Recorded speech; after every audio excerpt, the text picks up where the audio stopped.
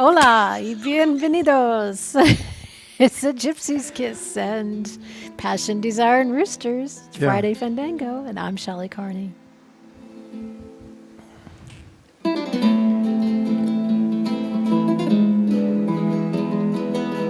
My only recommendation is don't get your passion and desire mixed up with the damn roosters. That's it. And I'm Toby Eunice. Thanks for joining us tonight. We have a buku emails to read tonight. We don't have any text messages, so if you want to send us a text message, this would be a good time to do it. 866-597-9901. Let's get started with this party.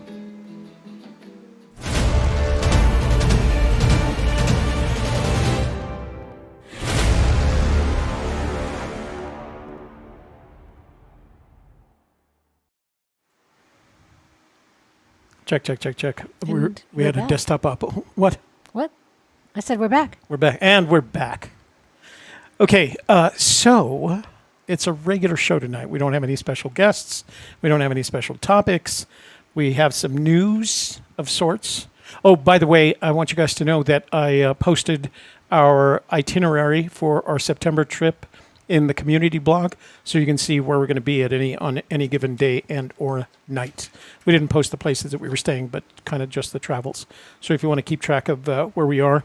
Also, Shelley and I will be traveling the 29th of August, which is a Friday, so you won't see us on that day. But I will have a pre-recorded softer side storytelling therapy video. Oh, for the softer side. Yeah. So, okay. Housekeeping, you want towels? Towels? Who doesn't want towels? Who doesn't want towels? Everybody should have towels. Remember, before you leave tonight, to like our video. YouTube likes it when you like our video. And I'm going to be honest with you here for a change. YouTube actually likes it when you dislike our videos. Now, I don't like saying that, but the simple fact of the matter is YouTube lumps all of that into something called lumps that all into something called engagement, and you get a view out of it. So I don't want you clicking the dislike button, but I want you to be aware that YouTube treats likes. When I say YouTube likes it when you like our videos, I really and sincerely mean that. In addition to that, we'd appreciate it if you'd share this video with your family, your friends, your neighbors, your business associates, the entirety of your social network, so that we can grow the channel. Because we want to grow this channel. We want to beat the heck out of PewDiePie. PewDiePie just hit 99 million subscribers. Why? I don't know. I'm not one of them. I'm not either. But you got to wonder, what is wrong with the world when PewDiePie has 99 million subscribers? I don't know why anybody would watch that channel. I don't either. But hey, here we are. And then finally, if you're not already a subscriber, this would be an ideal time to subscribe to the channel. That way, you'll get the opportunity to ring the notifications bell. And when you ring the notifications bell, you will, from that point forward, be informed whenever we launch a live stream or whenever we schedule a live stream. And that would put you in the know. Because there is nothing better in life, as Shelley will tell you, she being a life coach, that there is nothing better than being in the know. That's how I feel. Just being around her makes me feel like awareness is the first step. In the know. Awareness is the first step. Visualization is in there someplace as well. That's right. TobyFan 3000 is in the room. TobyFan 3000 is going to be in this area towards the end of the month. Uh-oh. What? Whoa. We need to talk to TobyFan 3000 about our travels. Oh, for the 29th? Mm-hmm. Ah. I forgot to mention that. I mean, I didn't know it when I made arrangements. Well, we're not going together. No, we're not. We are not traveling together at the end of the month. Oh, I'm taking my children to see Grandma. And I'm going to do whatever the heck I want to do because that's where I am in life. I can just do stuff. All right, so what do you want to start? Emails? Do we got anything else that we have to do real quick? Emma.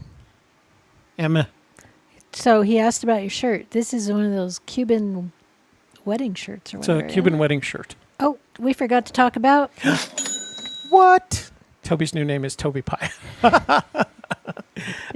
We are going to talk about 3D Bronze. 3D Bronze sent us an email. We're going to talk about that, and we're going to talk about his booth. So thank you. Yeah, and for those of you who aren't aware, take a look at Quanah Parker and Mark Anthony Hammock. They have written in at a Gypsy's Kiss. And when you guys do that, it highlights it in orange for us so that we can see your comment and remark upon it. Or if you have a question, it'll make it easier for us to see the question. Right. Or you can do what 3D Bronze just did and participate in the Super Chat Challenge. And, just click that grayed out $sign at the bottom of the chat and participate. YouTube will take you by the hand and walk you through the process, and your comment or question will be highlighted in a beautiful box of many colors. If you should choose Red. just like John Lauro just did. Thank you, John Lauro. If you should choose otherwise, text us at 866-597-9901, and we will be opening up the phone lines in just a little bit to allow you to call in as well.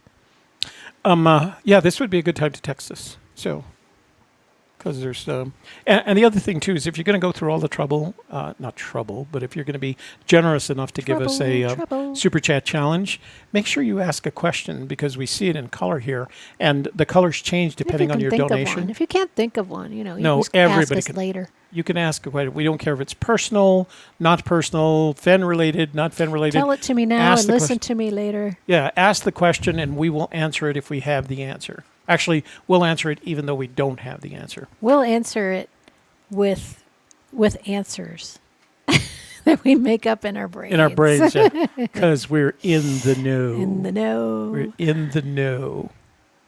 Okay, right, ready for some emails? Video. I'm going to go for video.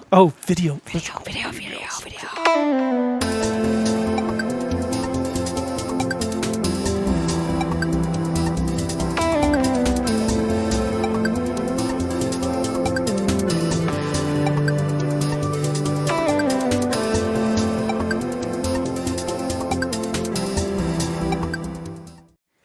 Before we do that, I just want to say, I love Lucy.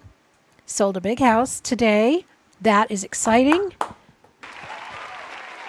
And I talked to her on the Zoom call. Me and her had a conversation this week. And as a life coach, I put my good mojo on her. So she sold a house. So, hey, if you would like some good life coaching mojo, check out my channel, The Softer Side. That's good. And watch Magic our videos. happens.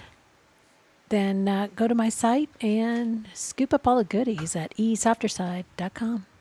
Also, I have a specific question for you. Is it still in the chat room?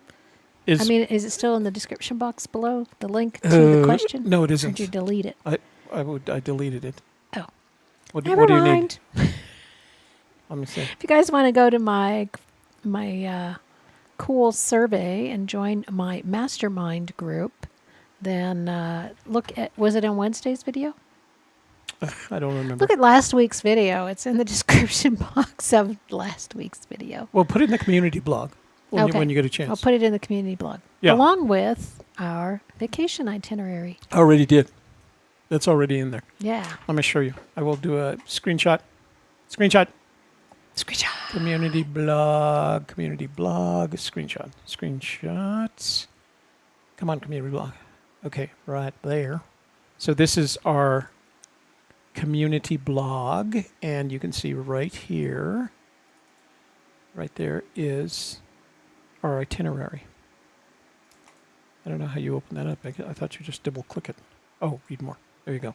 So that's our itinerary for our September vacation trip. Okay, so if you guys want to know where we're going to be and hashtag Shelly Mojo. Shelly Mojo.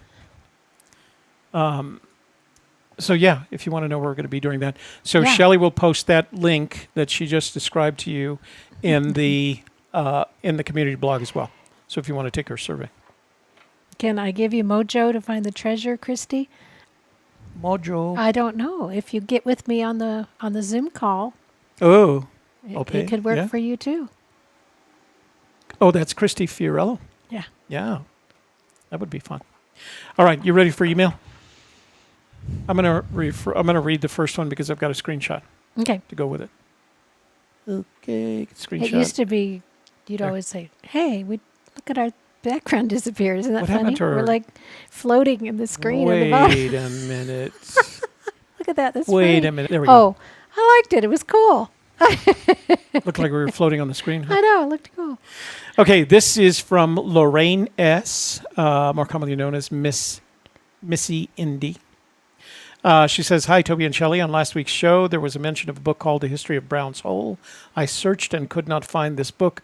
I'm very interested to read it. Could you tell me the exact name of the author and where I might find the book? I love your show, and especially you, Toby. Thanks for your help." Lorraine S. Hooli put my link in the chat room, so if you're looking for the link to the survey, Hooli put it in there. Thank you, Hooli. That's very nice of Hooli. Thank you, Hooli. Okay, Lorraine, or Missy Indy, as you like going by. The book is called Brown's Hole. It's written by Ivan Bosanko. It is out of print, so the only two places I could find it, and because it's been associated with the Fenn's Treasure, the price, it's one of those books that sold originally for $24, and you could find it on Abe's Books for $7 up until about 2 years ago. Then the price went up. The used book price is $109.90. And I also found one on eBay for $94.60 with free economy shipping. That's funny. Free economy shipping. Yeah. If it's free, then it's not economy, is it? Well, that just gives you the level of service that Anyway, you get. could save yourself $15. It's like when you fly economy. But you're not going to... To be in the overhead bin or something. True. The only place you're going to find it cheaper is if you keep looking, and because, like I said, it's out of print, so you're not going to find a new copy of it. So try Abe Books, which is where I get all my used books. ABEBOOKS.com. ABEB. And you could, like I said, I found one copy on eBay. All right. All right. So there we go. Moving on to Tommy, the Tomster. Double meanings. Toby and Shelley, we all know how Forrest Fenn likes words. Google defines canyon as a deep gorge, typically one with a river flowing through it. Do you think we should begin looking at gorges? Yes, you should look at me as much as often. Oh, gorge is, not gorgeous. As well as canyons. I would think this would increase the search size dramatically. Your thoughts? Thanks, Tommy.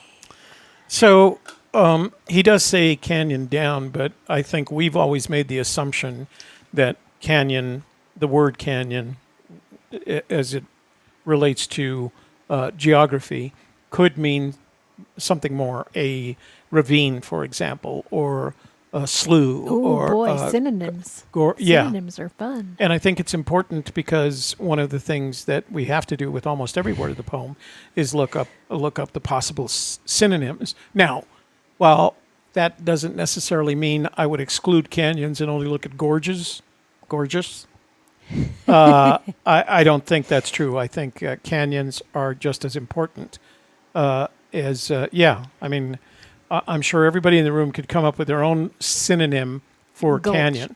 Gulch. Ether Gulch. I once wrote a short film about Ether Gulch. It was a steampunk theme. Was that your steampunk period?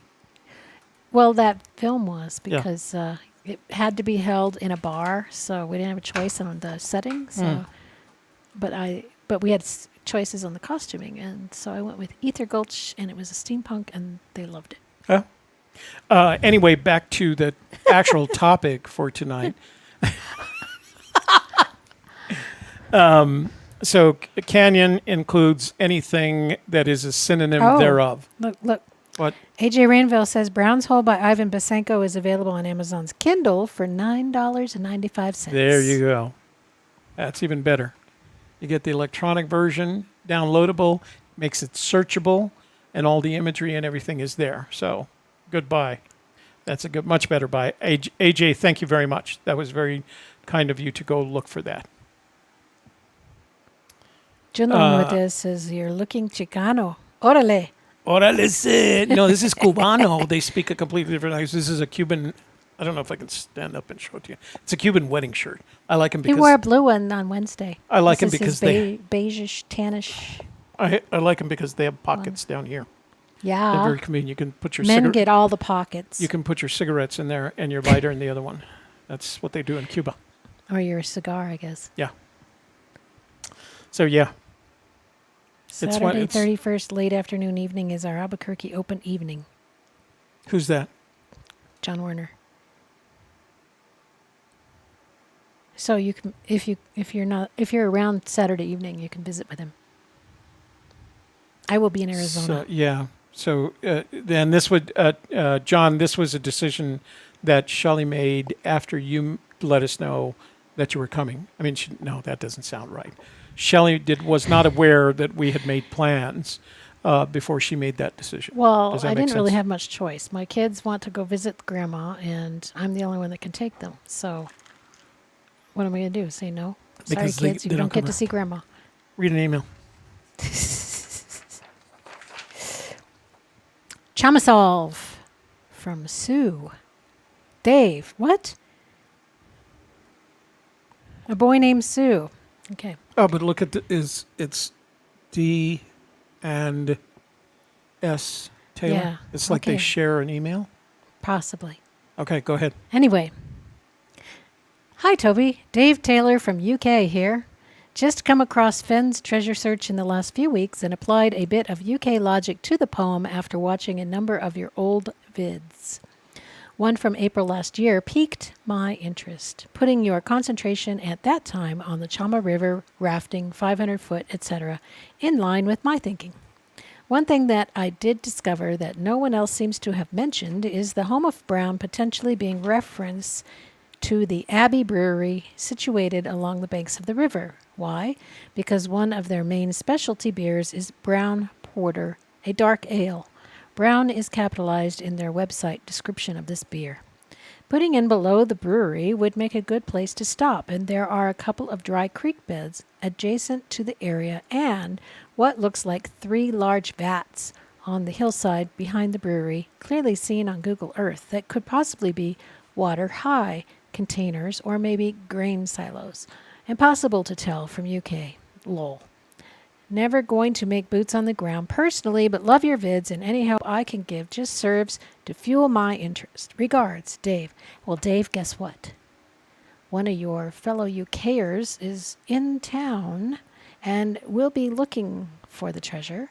Brit Chaser, he's called. John O'Jones. So perhaps we'll show him your email and you guys can chit-chat. Grizzly, I'm with you on that comment. I won't repeat it because it touches upon the political, and we try not to be political in this room. But so a couple of things. Number one, the distance from the point at which you enter the Rio Chama for rafting to the point that you would exit, which is below, by the way, the abbey, the monastery, is a good long distance. We wouldn't expect that Forrest Fenn would run the rapids there. Secondly, that particular location did not become a brewery until after 2010, which is the point at which Fenn hid the treasure. Prior to that time, it was just a monastery, and it was very private, and you could visit and you couldn't do anything else because you couldn't get to the river from there because it was all private property, and you couldn't go south from there because it was private property. So I think if I was looking on the Chama, which I might be looking on the Chama, but I won't say that, I would be looking Because further we're looking at Rio de los north, Pinos. Rio de los Pinos.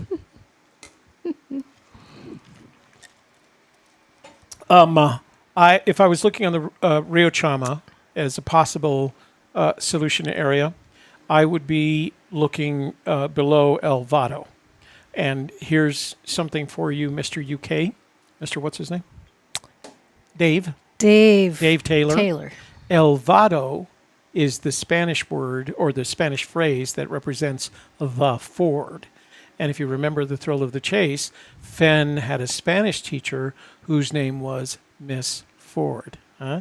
Get it? El Vado? That's Spanish. Okay.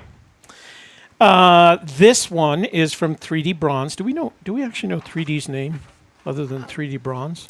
Maybe it's on there somewhere. Oh, this is interesting. It printed on 2 sides. Never done that before. Well, shouldn't it? Save some paper. I guess. I just never Saved paper. I think I clicked it and it Oh, stayed. okay, all right. So that's why. That explains everyone. So this is from 3D Bronze, and he says, "Hello, Toby and Shelley. I'm going to be pouring some bronze to make some pieces I made for you to keep and maybe give away on your show. Just some fun bronze coins.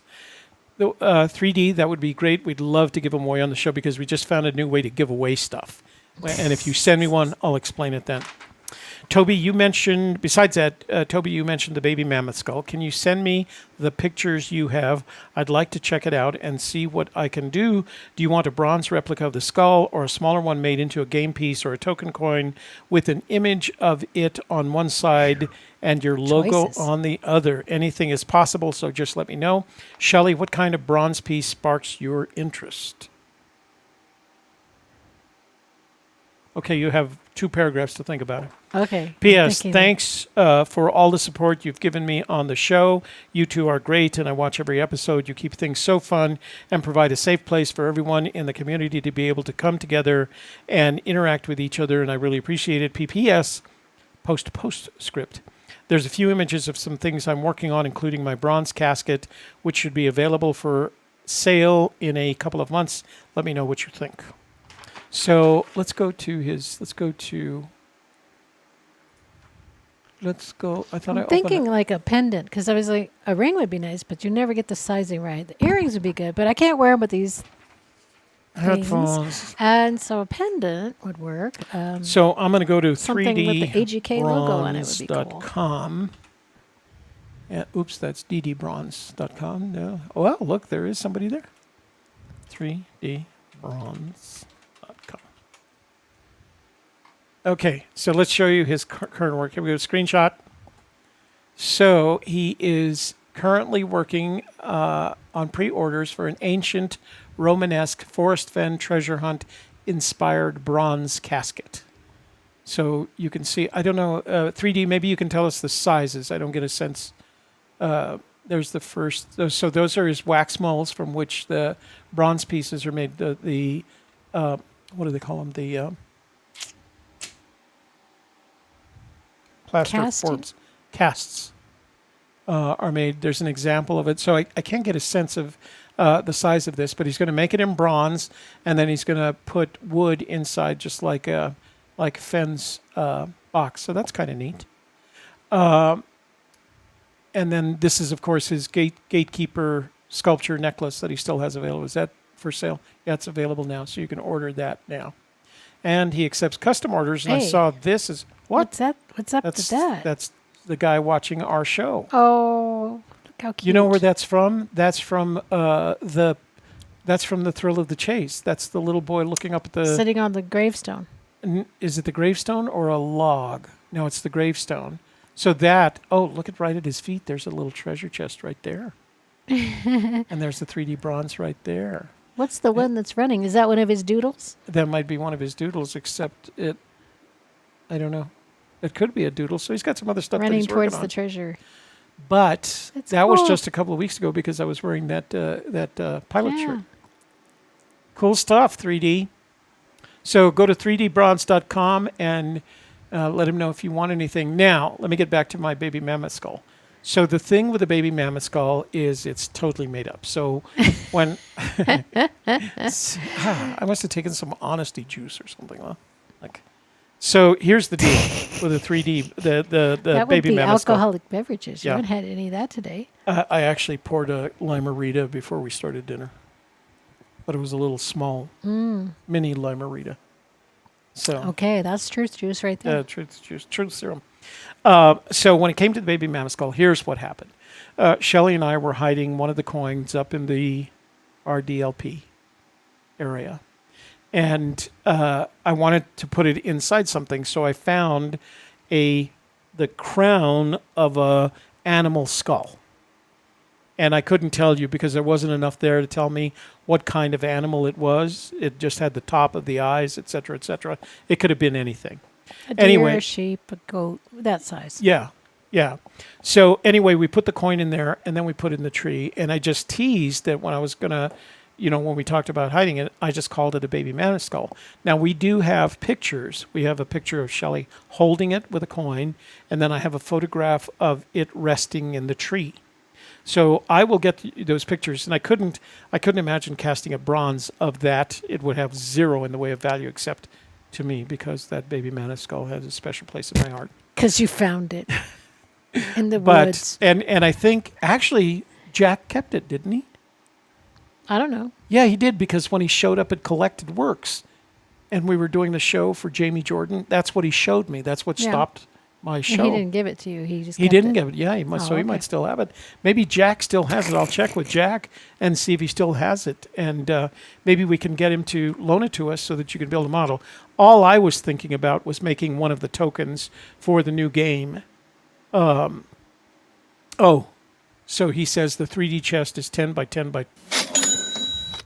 by 5, and his name is Mike Champ. Ah. Now we know Mike. Uh-huh. My middle name is Michael, so thumbs up for Michael's.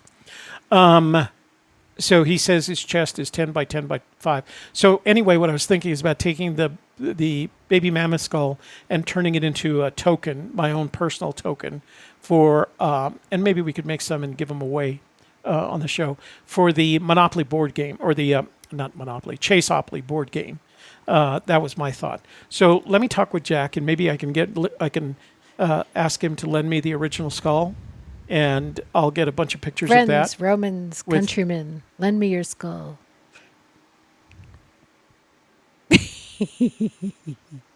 I'm trying to tell a very heartfelt story about the baby mammoth skull. Baby mammoth. It doesn't work. So yeah, I will get some stuff. I will get something to help decide. But all I want to do is maybe a couple of cast some of the tokens, just because it's nobody else is going to understand it anyway. It's all about it's just my crazy imagination. So there. All right. Okay, Mike. Thank you. 10 by 10 by 5. Should we ask the price? I guess if you have to ask the price, you can't afford it. So we're not going to ask. We can afford it. Oh, All right. We hit 5,300. Oh, we hit 5,300, dude. Wow. Thank you. We hit 5,300 subscribers. I hadn't noticed. We've been busy with other stuff. We've been busy.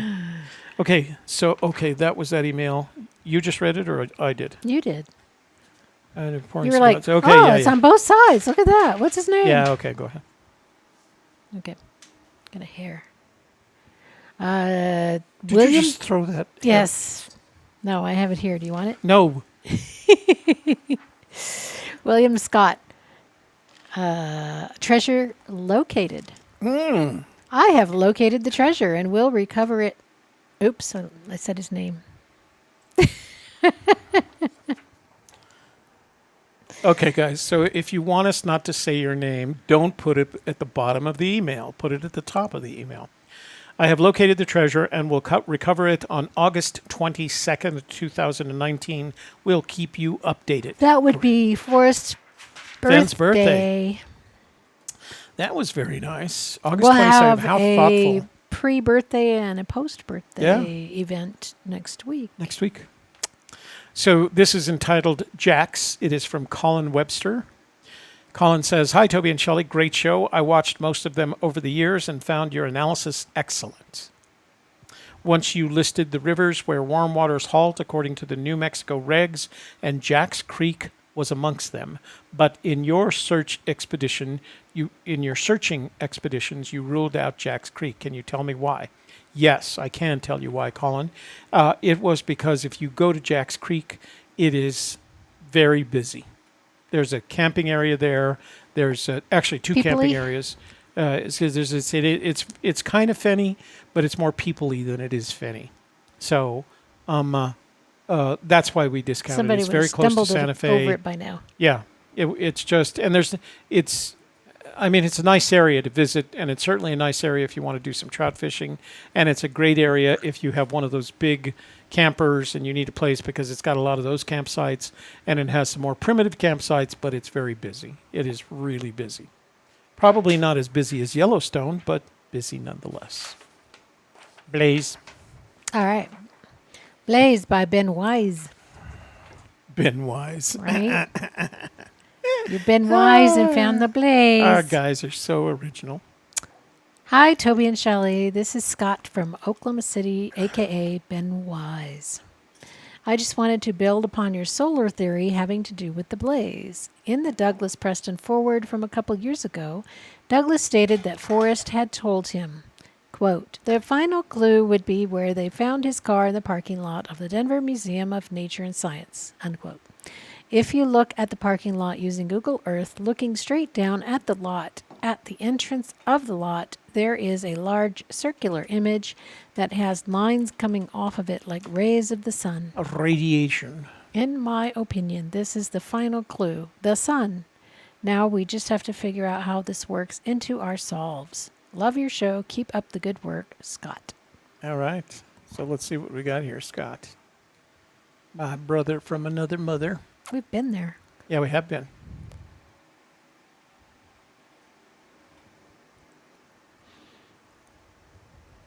Charles Clement, boots on the ground in 48 hours. Yay. Okay. So Denver Museum. Let's look at the satellite view and look at the entry into the museum parking lot. There's the museum parking lot. Do you see anything that looks like it? So I'm gonna do a screenshot. Said, What do you say? look at the parking lot. Looking straight down at the lot, at the entrance of the lot, there is a large circular image that has that has lines coming off of it like rays of the sun. Is it that thing? No, that's the roundabout. And at the we went. It's At the entrance of the parking lot. he said. well, the entrance to the parking lot is over on this side. There's one entrance there, and then there's one that leads. We parked in that garage there. I don't see rays of the sun. Not there. They have kind of that thing, but that's in the. I guess that. Well, those are the three, right? Well, You it said there didn't were say three. three for some reason. My mind said it said three, but it didn't actually say three. Ooh, it was your It mind just said that made that up. lines. So that's the only parking lot. There's the upfront parking lot that's always full. How about that, maybe? Or a roundabout, I guess. I don't know. That's as close as we're going to get to the description he gave us. Sun with rays. No, Parking lot. I don't know. Is it me, or has Google gotten more resolution? I feel like this is really high for Google. Oh. Okay. Well, Google's high. who was that? Ben Ben Wise. Ben, thank you. We will look into it with greater... Here he is. It's the roundabout, he says. The roundabout. Okay. So it was. You were right. That happens so often. Now, you would think you'd get You used get to used it. to the... Oh, it does. Look at, see? So I'm going to go back because he's right. Screenshot. So there's the roundabout that Ben was telling about, and there's the various rays emanating from it, like a sun. And the clue is in the Denver Museum. The final clue. Look for the Aha. sun. Look to the sun, my friends. Look to the sun, as did the ancients. This is Phenology from Michael Nason. Aloha, he says. Isn't that Hawaiian? Yeah. Aloha. Yeah. Aloha. Yeah. I published an original series of 3 videos on YouTube. Forrest Fenn Chased, Phenology Volume 1, Phenology Volume 2. Oh, Phenology Terry Scant, Volume 2, Phenology Marvel Gaze, Volume 3. In the 9 years of the chase, I believe you will find my revelations mind-opening. I have kept silent for 3 years. Sun Roper is his name. Well, I don't have links, so I can't share links with you guys, but apparently this guy's written...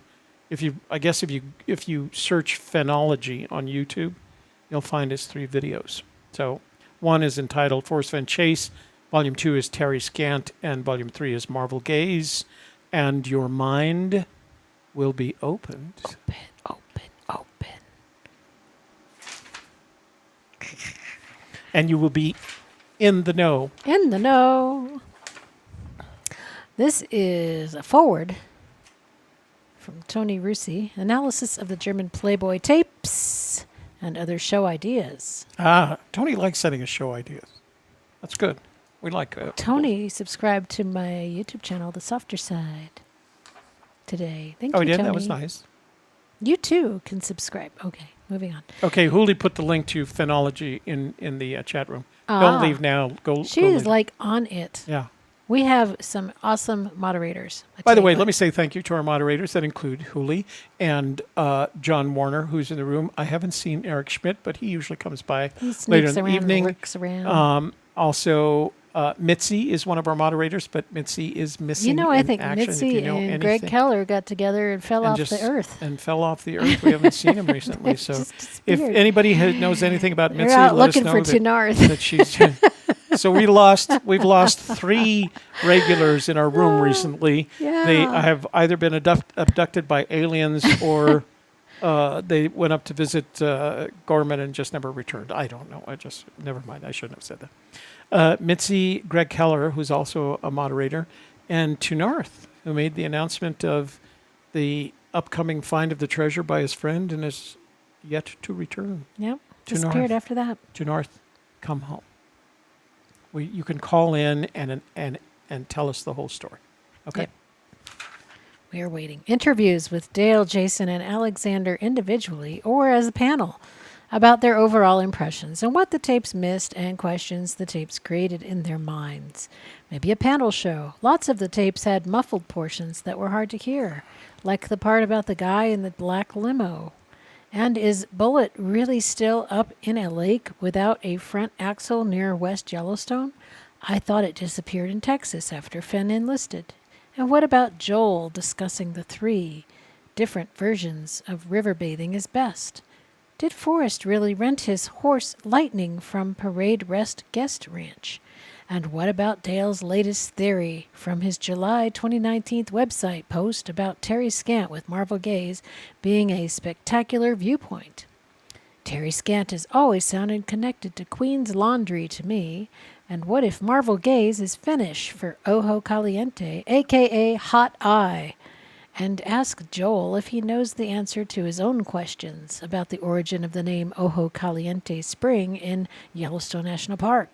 Who named it that and why? What was its previous names? It's not on the 1885 map with that name. And why are the hot springs to the south of the bridge presently closed? These and more questions will be solved Jeez. Well, in a future show. I think the Dale, Jason, and Alexander would be a great panel, but I would feel like I'd be stepping on Jason's feet since he was kind of, Yeah. in there's- that. Maybe if Dale gets ready. Those are good, Tony. Those are great show ideas. And if we ever get back to doing panels, which I'm considering, we'll implement some of them. So DeBear says Toby just needs to talk naughty, and Mitzi will come. And K-Pro says Gypsy's Kiss saying, "Where is my booty?" and Mitzi will come back. You got to say it 3 times like Rumpelstiltskin.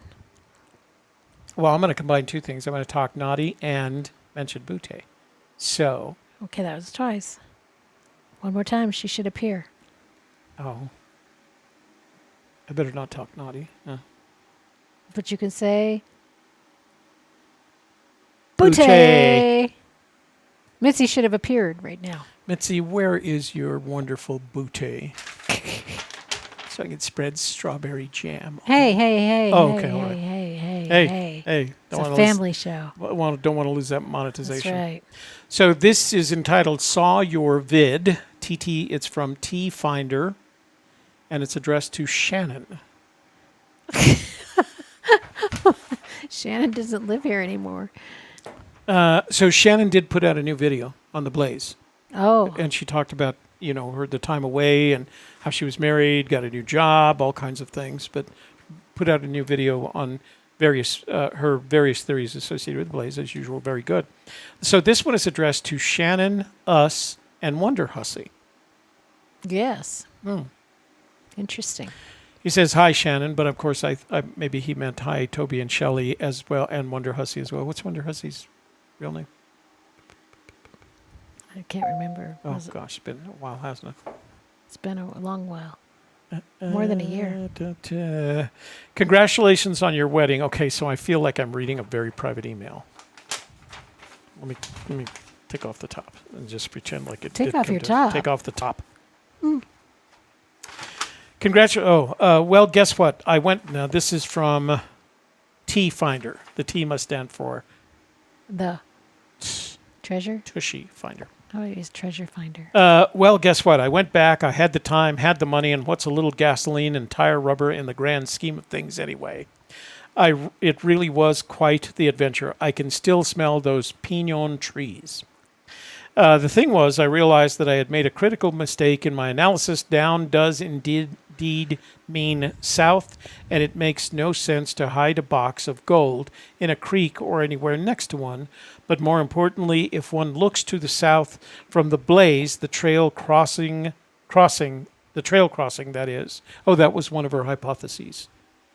She suggested that blaze was a euphemism for trail, and she reanalyzed the poem from that perspective. Ah. But more importantly, if you haven't seen Shannon's latest video, go take a look. She's at Odious Soul on YouTube, and she just did a video after being away from video production for several months now while she got married and changed jobs. But more importantly, if one looks to the south from the blaze, the trail crossing that is, that would put you in, quote, in the wood, unquote. The secret instruction now go like this. Take the Madison River south through Bear Trap Canyon to Ennis Lake, stop at the Trail Creek trailhead, proceed uphill to the point where the trail crosses the creek and looks in the woods immediately and look in the woods immediately to the south. I did that. I checked everywhere. In the creek, around the creek, upstream, downstream, and all over the wooded mountainside to the south of the trail crossing. I pulled up moss and probed every rock outcropping there was over what must have been an acre of land. Steep, heavily wooded land. I went from the trail all the way to the top where I could look back over the hills to Lake Ennis twice. It was beautiful, but no box. Conceivably, it could still be there, covered up by years of overgrowth, but it would take a metal detector to find it or several metal detectors. So I formed the conclusion that the box was taken by a local resident years ago, possibly as early as 24 to 48 hours after the Fenn story made the mainstream news. A local would have understood the coded poem immediately because he or she would have been familiar with the same geography as Mr. Fenn and, more importantly, with Trail Creek. And a good country boy or girl would know to keep their mouth shut. Therefore, I think this Easter egg hunt ended a long time ago, but nobody bothered to tell us about it. And why should they? I wrote Mr. Fenn with my findings and suggested that he call the local sheriff and give them a lost property report. If the sheriff takes the report and elects to go check, the box ain't there. Game over. We'll see. Signed, T. That deserves a second place.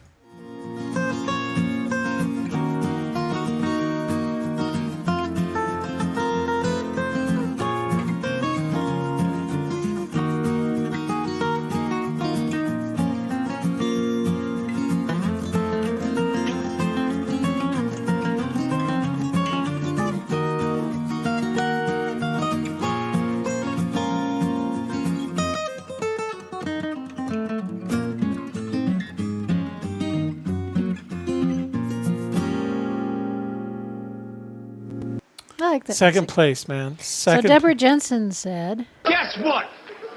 I got a fever. And the only prescription is more cowbell. That was more cowbell. I was watching a Facebook, no, not a Facebook. I was on a Zoom call today, and it was a group thing, and he played that video. He did? The entire video? Yeah. Well, just Not a the piece entire- of the yeah. just a piece of the skit. Oh, hang on. I got to turn on my analytics. Give me 1 second. Talk to the people. Talk to the people. So yeah, I was just cowbelling. Cowbell. More cowbell. Read an email. This is your Email. last email. This is another one from Tony Rusi. Oh, Tony's been a busy little puppy this Deep week. thinking, logic, more or less. Forrest has said his parents had been spending their summers in Yellowstone, visiting their parents for years before the kids were born, and Donnie was 2 years older than him, so isn't it logical that Forrest was actually born somewhere in Yellowstone? His birthday is August 23rd, 1930. That's in the middle of the hottest month of the year when the Fenn family would normally be in Yellowstone anyway. What if his birth spot is on the old road to West Yellowstone on the way to visit his grandparents? That would make it a good spot to hide his treasures. It would be both his birth and death spot, possibly his double omega. And what about this try the wheel Wyoming, Montana thing Cow Lasers has done a couple of shows on? What if try the wheel is a reference to riding a bike, or a circle of trees, or an Indian teepee circle? Are there any Native American dig sites inside Yellowstone? Whew. This guy's a question a second. Yeah, he does. But he gives us lots to think about, doesn't he? We'll just have to have a panel show on Tony Russi's questions. Wow. Huh? I don't think we could cover them Invite all. Joel, K-Pro, Sean Martinez, and just go. We're going to go through Tony. You got to answer all of Tony Russi's questions. Yes, no, no, yes, So maybe. I did want to say hi to Sean Isham and the other folks in our Facebook page room. We know you're there, and if you make a comment, we can see it. If you have a question, we can see it because we're on Restream.io, and we get to see all of that stuff. You want to go and say hi, folks, to the folks in the room? How far do you go back? To the folks in the room. Because there were people in here real early today. I can go back to 7:18. Name that tune. 7:18. I have to scroll the page. I can get to 724. Okay, I'll go through 7:18 when I get to 7:24. I'll turn it And over Rick to you. Kramer's in the room, in my room, In your, did you share it into you on the software side? onto my page. So I want to say my hi to Facebook 23 page. Monarcha, who's my favorite biblical scholar. John Laurel's in the room. Davio22. Alan K is in the room. Haven't seen him in a while, but he's back. Grizzly Bear is here. What he says, UK Logic. Yeah, Grizzly. That was one. Quana Parker. I like his comments because they're always he puts it all. He uses all 200 characters when he does a comment. Hoolie's in the room. Thank you for being our moderator, Hooler. One of our moderators, Hoolie. Full Press is in the room. Let's see. C space MC says AGK Rio de los Pinos El Tosto Rema.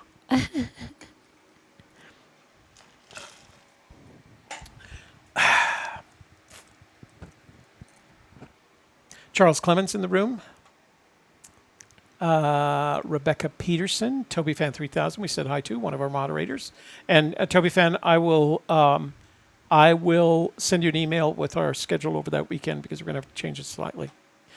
John Lauro says Hotel St. Francis deal $143, 21% less than usual. 3-star hotel. Does he work? John, do you work for the hotel? That's a St. Francis in downtown Santa Fe, about a block away from the collected work. So John is evidently getting some sort of what do they call it? Payback. What do they call it? Affiliate credit. Affiliate credit for marketing for the hotel. Yeah. Hey, you're in the chat room. If you can get away with it, do it. Let's see. Larry Fowler, new kid on the block, Ramblin' Hillbilly. So we'll use both names if you decide to call in. Jeff Anschultz. Gypsy's Kiss, let me know when we discuss fishing regulations. We're not going to discuss fishing regulations. That's my personal theory that belongs to me. I'm not going to share it with anyone. John Lauro, what do you know about this hotel? It is nice. It's an older hotel. The rooms are a little bit... They've made a lot of improvements over the years. But make sure you ask which room it is because they have a couple of rooms that... they're discount rooms that can't be more than 5 by 10. Seriously. It's just... And a bathroom. So make sure you know which level. Which and hotel? The St. Francis. St. Francis. It's on the corner of, I don't know, one of those Santa Fe city streets. Okay. Do you know where Collected Works is? Yeah. You're leaving Collected Works. We passed by it, remember? I told you they had a new restaurant. When you were looking for the Blue Corn Cafe. No. We would finish with the Blue Corn. We were walking back up the street towards the plaza. Yeah. And I pointed to the window and I said, oh, there's a new restaurant here. the St. Francis Oh. Hotel. Yeah. Okay. It's that corner. Okay. It's the corner, let's see, it would be east, another block east from the Collected Works. So it's kind of downtown It's on the Santa Fe. Plaza area. I've stayed Yeah. there before. It's an okay hotel. The restaurant is nice. Let's see. Water only, then to the site map. Let's see. Deborah Jensen says AGK North Elvado boat ramp stipulates high water only on the site map. I don't know what that means. High water mark. It's not in Elvado. Elvado is where warm water salt. Let's not go there. Joel Lewicki is in the room, as well as K-Pro, but we've said K-Pro before. Thunderbird, that's a new name. Tom Sawyer is with us. Let's see if he can stay in the room without getting put in timeout. I'm going to put him in timeout. Hush Whisper, because the line will be broken by then. I don't know what that means. Wayne Ross is in the Well, room. he said earlier that the treasure would be found before the summer of 2020. 2020. What? That's next year. Come on, let's put your money on it. Let's do a Toby. It has to be found before the lead searcher has to find the treasure before the end of 2019. That's plenty of time to find this treasure if you are the lead searcher. If you can't find it before the end of 2019, you're not the lead searcher. You're just like the rest of us people that don't know where the treasure is. Let's see. Juno Juris, we said hi to. Dev JB is in the room. Left a couple of comments. Dev JB says he loves that sculpture. That must be the one the kid's sitting on the stone. It is a very nice sculpture. Huli says Confessions with Shobi. Yeah, we did that this afternoon, didn't we? Did you say grizzly bear? I did say grizzly bear. I'm at 27. Where are you at? I'm watching you. Okay, go. Take over. It's yours. I'm at Rebecca Peterson. Rebecca Peterson. I think you got everybody. No, I didn't say Wayne Ross. Wayne Ross is in the room, our Oh. friend that we had lunch with a couple of weeks ago. The 3D Bronze who gave us money. Super chat. Joel Lewicki says Cynthia only drinks Honesty Juice with a salted rim. Yeah. Full press. We're going to see her on Monday. Davio. Thunderbird. Mitchy Mitch. Oh, Mitchy Mitch. I From saw Germany, a documentary about Mesa Verde. The hole in the middle of a kiva is called the belly of Mother Earth. Umbilically attached. Uh-huh. Tommy Collins. Toby, have you changed your mind about the lead searcher? No. There is no lead. The lead searcher is a myth created by the people who don't want to believe that they're not the lead searcher. I Love Lucy, the big But as I said, real estate magnate. if the lead searcher finds the treasure by the end of 2019, Steve I will from Oregon. close down at Gypsy's Kiss. DB I will Cooper. apologize and close down. Well, I may not apologize. World famous gamer.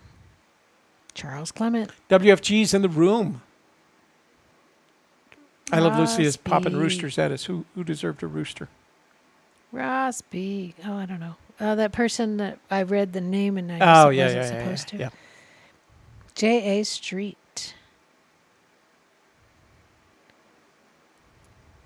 Ben Wise. Anyway, that one guy that produced the video that's unlisted, he's the one that says that he went to the place where the treasure would have been, except it was washed away in a flood in 2014. So that's why it's not there.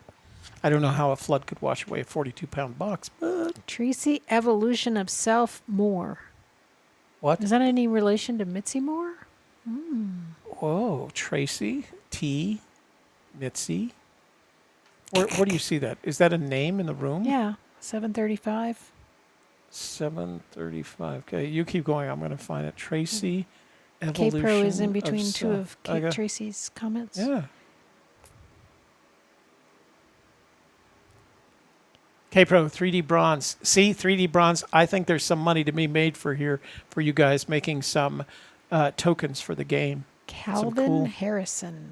Because the problem with the game is because it's got to be genericized. So they're not going to get, Fenn-related tokens. They've got to get the tokens that are offered. Well, you can come close, but they have to get the tokens that are offered by the J.A. Street, D22, E2 to E4. Otis I'm white. Mago. Yay for you. So, Shelley. Abducted by aliens. Redneck Express. Tom Sawyer says they see the chest when we were showing that. LR. Was Dale in the military? I think he was a Marine. I have don't think no he was a idea. lifer, but I think he mentioned that he was a Marine, ex-Marine.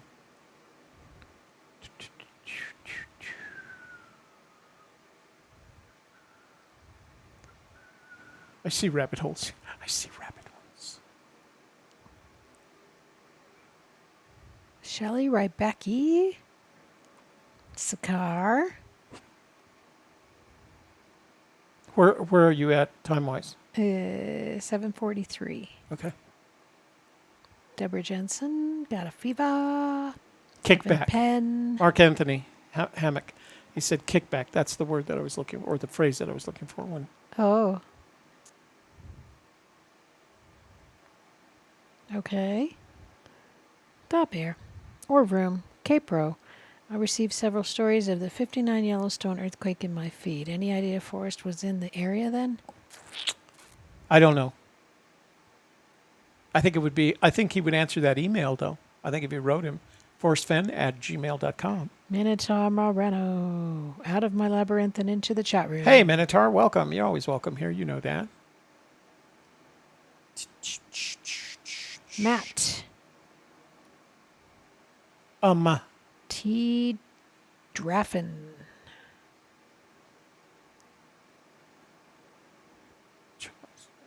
I don't see any questions. Make sure that if you've got a question for us, you either highlight it, precede your question with @ a Gypsy's Kiss, West Guide or TS. you send your TAS. message, your question to 866-597-9901. Toby's demands are comical. Or I what? Who said that? West Guide TAS. Toby said he would Mitchy apologize. Mitch says, what am I always apologizing? having fun here at 4 o'clock in the morning. LR says former Marine. Yeah, Dale. Yeah, I'm pretty DIY sure. Dave. I Just got think he back spent from some time. both. Very tired. Ran into a grizzly. Grizzly. Semper Fi, Did Max. you run Semper into Fi. DIY Dave? I'm at the bottom. Okay. Texas James. Just got back from both. Very tired. Ran into a grizzly. We want to hear a grizzly story, especially if you were running and you were emptying a bear spray can behind you. Those are always good. And reaching for Jeff your Collins pistol. just came in the room. Mark Darling just came in the room. Mark Darling. Mark Darling. Oh, darling. Darling. Yeah, Darling. Da Bear. I did send him an email with a story. No responses of yet. Curious Oh. from history if he had a perspective. Did not know. Don't know. The aberration. All right, end of that. Let's go to text messages. Wait a minute. Let me check. Make sure I've got Messages. Do some we text get any? messages. We have some voicemails and text messages. We do. So let's play that little video. Can I do that?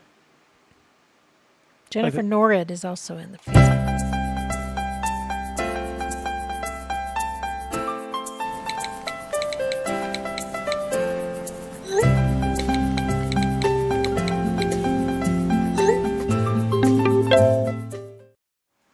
Bling, bling, Said bling. never run from a bear. LR says never run from a bear. I think, hey, Jason Northface, he's in the room. You could run from a bear if you're with somebody who's slower than you. Yeah. Or if you set a bear trap and then you fake it. Or a and- buffalo. Buffalo. Kevin there's Carney's in the room. Hi, Hey, Kevin Carney. Carney, how are you doing? I think you don't run from grizzly bear. You don't run from black bears, but you do from brown bears. That's not that it makes any difference. I'm not going to run into Just one stay away from bears. Stay away from bears. Silly rabbit. Okay, James from Texas, please. Oh, and if you're going to text us or leave a voicemail, make sure you include at least your first name and the state from whence you are calling. Oh, hey, Greg Jorgensen in the Facebook room. James from Texas, please explain your rationale for 1,000 feet from clue 2 to treasure. I will be boots on the ground in September. My rationale is that it was a 80-year-old man hiding a treasure in the mountains, in the Rocky Mountains, at an altitude above 5,000 feet. Not that that says much. but somewhere between 5,000 and 10,000 feet. And so if you've ever been in any of those areas, if you're 1,000 feet from where you parked, you're in the boonies. And if you're more than 1,000 feet, you're back in civilization, right? So if you're driving somebody, if you get in your car and I don't know how this would work. I don't think you're driving to the treasure. I think you're parking and you're walking. 1,000 feet, he's got to do that 4 times in one afternoon. And as an 80-year-old man, 1,000 feet is a long distance in the Rocky Mountains. And you got to do that 4 times. And you got to carry a 20-pound load 2 of those times. And you only have an afternoon to do that because you got to get back to Mama Peggy and dinner. So that's my rationale. Okay, so we have Michael Hool in the room. Heidini is here, and Creek Walker says, "Do y'all allow professional elephant wranglers on the Rooster roster? If so, put me down for tomorrow." Wow. Creek Walker picking up the treasure tomorrow. Man, that's Find my August. that's pretty big. By the way, Michael Hool, our friend MEH in the room, who we're just going to say, I guess he's got to be here in town or in the area, has a new video up, and I think it's his number 17. Actually, we are going to screenshot that because I think you guys should see this. Then we can play the Rooster video and read the Rooster roster. I thought it was very enlightening. Or did we not finish text yet? We haven't finished text, but we can do the Rooster roster. Let me do this first. We got another email apparently. It's a question from Mark Anthony. For me. For you. Let me see if it goes. There's Saul. Did you say that? I don't remember saying Uh, it. Maybe I did. I don't know. I say a lot of things. Okay, we'll answer that one. So it's expires August 23rd. So we have some time. Yeah. We'll read it on next Wednesday's show. That's not what I was doing. I was going to Squirrel. Michael Hool's channel. And Man Alone wants to know if the phone line's open yet. not yet, Man Alone, but we're going to open up here in just a moment. Michael, what is the name of your channel? He says 021 awareness. I don't know what that means. Does anybody remember the name of Michael's channel? Michael Hool's channel? Son of a gun, because it's not Michael Hool. Oh, look at all the Michael Hools on YouTube. There's Dang. a Forrest Fenn picture. Davio 22. Oh, that was the, let's see. Michael Hool. Michael, what's your channel so I can show them this new video? Michael. Talk to me, Michael. Just put down the name because you can't put down the link. Just Michael. Forrest Fenn learning curve. Forrest, that's what I'm looking for.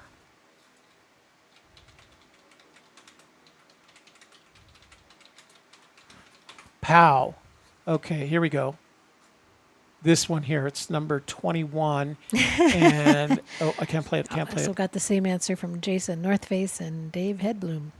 I cannot play it because It's got YouTube would get upset music. and I would lose my monetization. Okay, so screenshot. So this is Michael's latest video, and it's called Awareness, and he makes some really intriguing connections. awareness is the first step. Right. So make sure that before you leave your YouTubes tonight, you go watch Michael's video. It's only 17 minutes long, or is it 22 minutes long? Hang on. 1726. 1726, and it's worth your time. I promise you. Go watch that video. S.A. Michaels says hi in the Facebook room. And if you're not already a subscriber to Michael's channel, subscribe to his channel. GL Cannon in the room. Okay. Julie Wackles. Promise me I would like you all to write in the comments that you're going to promise you're going to go do that. No, I'm just teasing. You don't have to. Just teasing. Okay, where were we? Text. Text messages. Ooh, okay. Voicemail. Let's see. Voicemail. All right, here we go. Voicemails.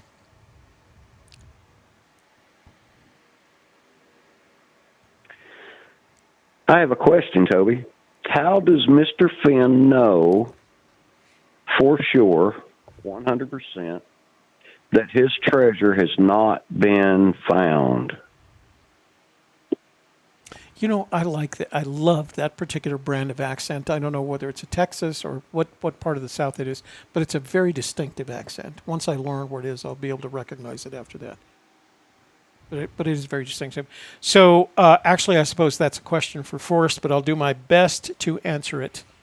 And that is, there is no possible way he can be 100% certain that it has not been found. He has to trust that the person who finds the treasure has the willingness and perhaps even the foresight to inform him that he has found the treasure. There is no way. There's no GPS.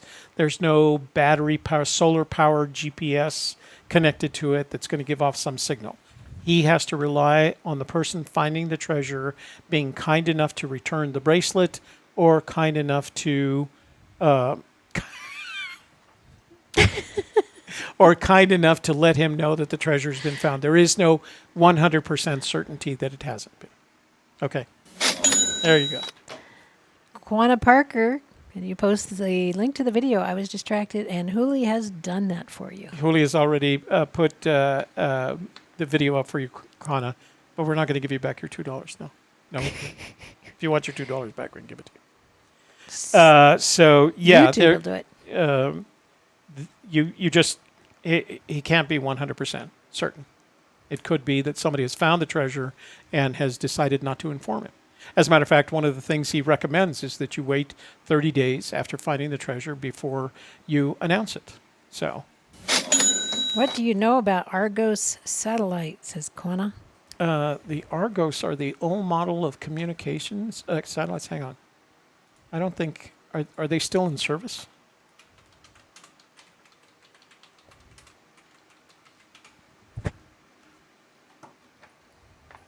Yeah.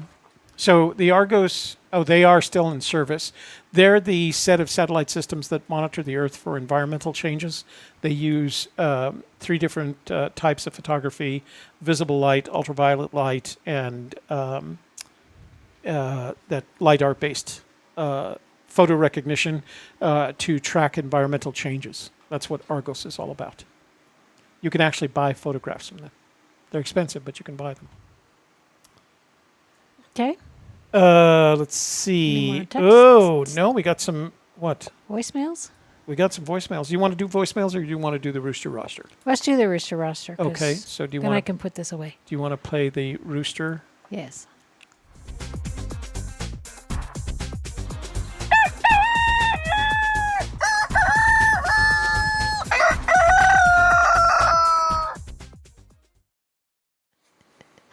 Roosters, go. All right. Rooster roster for August. Walking Among Lions. John Tack. Britt Chaser. Who's Jono Jones. in the area. Yeah. Drawing Nigh. Cass Anderson. D.B. Cooper. Mr. T. Evelyn Curry. Mr. Anonymous. Terry McKernan. DIY Dave. Genevra M. Joel Lewicki. And Creek Walker. So it's the 16th. You still have a half month in which to return and recover and return that treasure.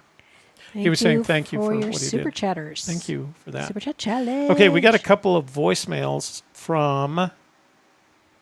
That's got to be George. He's the only one that leaves voicemails. George, All right. George, so this George is for of the jungle. I don't know. Was Ob Ord in the room today?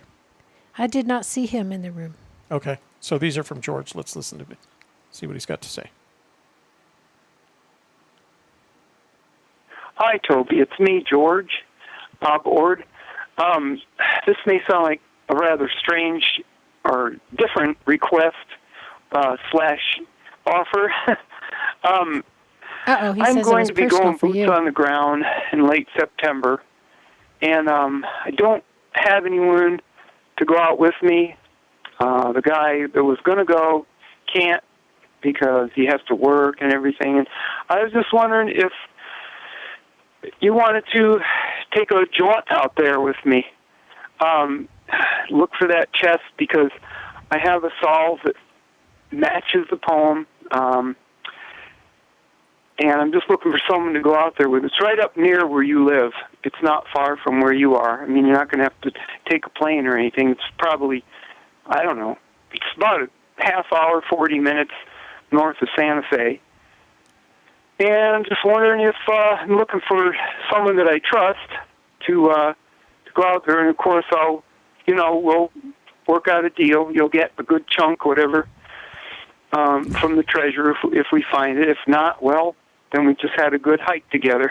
But it's not a very long walk either to where my next solve is. It's less than 3,000 feet, actually. It's not even a half a mile.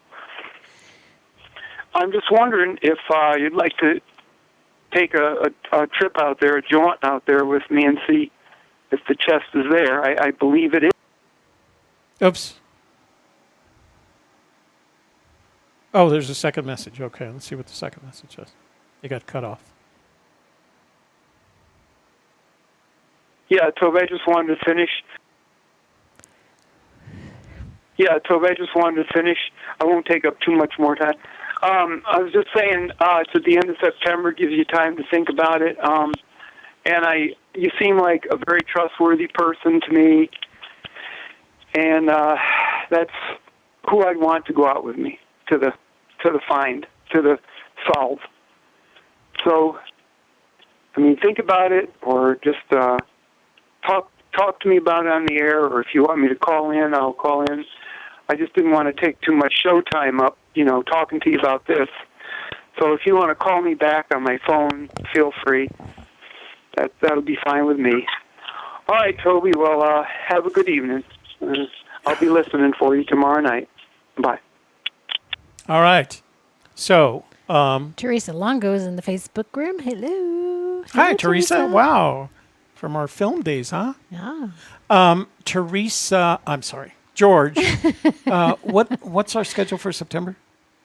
We'll be back on the 15th, 16th, something in there. Right? All right, George, Maybe the here's the deal. 13th, 14th, If we're in you're Colorado. coming out 15th, after... driving home. Oh, let me look at our... It's not Yeah, we'll be community back page. the 15th. Hang on. Let me look at our community page. Because that's where I just posted it. That's right. Let's see. So we'll be back from our trip on Sunday, September 15th. So if it's any time after Sunday, September 15th, I will go with you to go pick up the treasure. And you don't have to give me anything. You have to buy me lunch. How's it? Okay? So yeah, Such a George, deal. I'd like to do that. That would be fun. And I am, relatively speaking, trustworthy. Yeah. Relative to, say, I can't think of an example that's not a politician. So let me just. I'll go with you. I'll be happy to go with you. And I know the area well. That's right. Okay, this is from. Oh gosh, Heather Dawn. Oh. Hi, this is Heather Dawn, Patrick Brown, Brochu, White Buffalo Women, and I drove from Cody, Wyoming to Oregon, and Oh, hey, Gummon. I go to scroll and it stops it. Let me just bring it over. hi, this is Heather Dawn, Patrick Brown, Brochu, White Buffalo Women, and I drove from Cody, Wyoming to Oregon, and I made it there alive with 10 angels. And now I'm driving back, and I'm in beautiful Montana, and I just wanted to say to all those people that live in Montana, you live in such a beautiful state. It's so beautiful up here by Missoula. I'm heading home today, and then I wanted to talk about when you guys are coming to town, so I'll cut this short, but I love you, Shelly and Toby, and all you other searchers. Peace. Over and out. Was Heather in the room tonight? I did not see her. I All haven't right, seen her in Heather, a while. we She's did been post. traveling, I think. Yeah. Heather, we did post our itinerary in the community blog, so just check it out there and you'll know when we're in the Cody area. And like LR, relative to Judas Iscariot. Yeah, that's good. He was a bad guy. You know what? I Hello, this is Oh. Heather Dawn Hetrick, Brown Broshoe. And I called the other day. I finally made it home, and Oh, she's I'm home. sorry. Hello, Toby and Shelley. I love you guys. I just wanted to say thank you to the search community.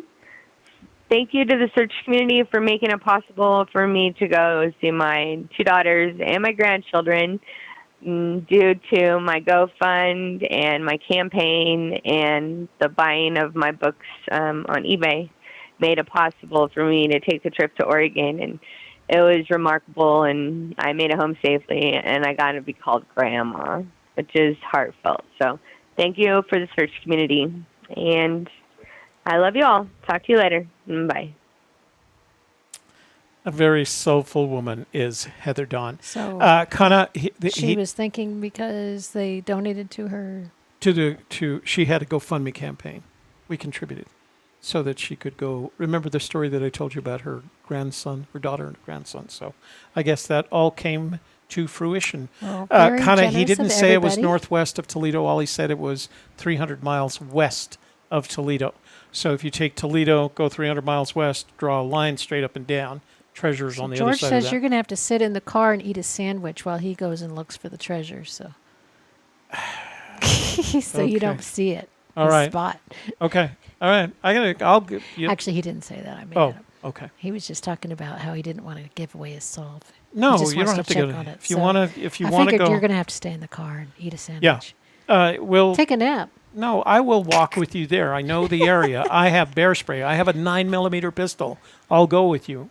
I'm there. I'm your security brother. Just think of me He's that your way. bodyguard. I'm your body. I'm the And George bodyguard. I will always always love. love Wait, you. is that it? That Yeah, wasn't even yeah. it. Was that it? Yeah, Bodyguard. she did sing out of there. I always thought that was a really interesting movie. You need to watch that sometime. I've never seen it. So You I haven't? guess we'll have Oh, to. okay. Yeah, we'll have to watch it. It's pretty good. This is from Sherry from Pennsylvania. Hi, Toby and Shelley. Hope you're well. So we were wondering, do you think the clues are strictly and directly in order, like 1, 2, 3? Do you think the clues are only linear? Could the clues be concentric circles zeroing in on something, or could the clues mean you're supposed to draw from one point on a map to simply place an X on the map? Thank you for your thoughts. Okay, so I can tell you what we think. These are all as theoretical as anybody else's theories. We believe the clues, according to Fenn, there's 9 of them. They are, he didn't say, I was going to say concentric, but that's not the word I'm looking for. Contiguous. Contiguous. That means they follow one after the other. So there's 9 clues. Clue 2 follows clue 1. Clue 3 follows clue 2. Now, you could be walking around in a circle as long as you're following those contiguous clues. But the simple fact of the matter is, at Moby Dickens, someone asked him if they were to follow the clues, would they be switching back? And he said, no, I can answer that, and no. So you get the sense that they're linear in their nature. Now, by linear, I don't mean they're a straight line. I mean you're going to go from clue 1, direction and distance, to clue 2, direction and distance, to clue 3. The likelihood of him having you double back or walk around in a circle, I think, is slim to none. That's not how treasure hunts are done. But good question. Sherry from Pennsylvania. This is from No Transcription Available. Okay. Here's a interesting question. So this is from 765, doesn't give a name or a location. He says, which of the 4 states would you rule out having the treasure chest in first? I would rule out 3 states, Montana, Wyoming, and Colorado. In no particular order. In no particular order. They're all first for me. We've You been to asked. Wyoming. You Wasn't asked. there. We went to Wyoming. Wasn't in Wyoming. This is from LR from Texas. If someone gave Forrest unquestionable proof, would he contact you or Dale or K-Pro? I am relatively certain he wouldn't contact me. And I think it would... I Unless think it involved a live stream. Yeah, if Dale wanted to, I mean, if Fenn wanted to live stream the fact that he would contact us. But I think he's got some sort of commitment to K-Pro, right? That it's going to be announced on. So my guess is, well, I can only assume that he will contact everybody before me. How's that? And would alert the media. But honestly, I'm not worried about it because I don't think it's going to happen. We'll hear about it sooner or later. Yeah, we'll hear about it sooner or later. That's all we have for text messages. That's all she wrote, man. And Rafael Perla in the room. In the Facebook room, Rafael Perla. That's what I said. Sorry, that's exactly what you said. Your accent has just gotten so much better. What do I have to have an accent for? I don't know. Still said the same thing. No say. You have to sing with me. No say. I don't know. I have to sing with you. Yeah. What are we singing? Happy birthday? Ay, Jalisco, no te rajes. No. I don't even know what that You don't know what that song is. All right. That's an Uncle Carlos song. Oh. Is he the one that walked down the street dancing? Yeah. Every time I hear music now, or go to a dance, Carlos. I think about that. I didn't even see him. I just imagined it I when don't you did think it's that Forrest Fenn doesn't like me. I just think he's made commitments to other people about when the treasure is found. I know that everybody has their thing. K-Pro, right, K-Pro in the room, tell Our you have thing some is live streaming. Some relationship with Forrest where he's agreed to put it on Hint of Riches first, or that she was going to be one of the first to know. I can't imagine it going any place without letting Dale know, without letting, what's her name? Mysterious Writing. What's her name? Jenny Kyle? Jenny Kyle. He's Jenny Kyle's a good friend of his. I'm sure he'll let her know. So, yeah, he's a lot of people. He might just, flash mail everybody and I'll get one. But there's a lot of people in front of me that he's going to let know, including the media, I'm sure.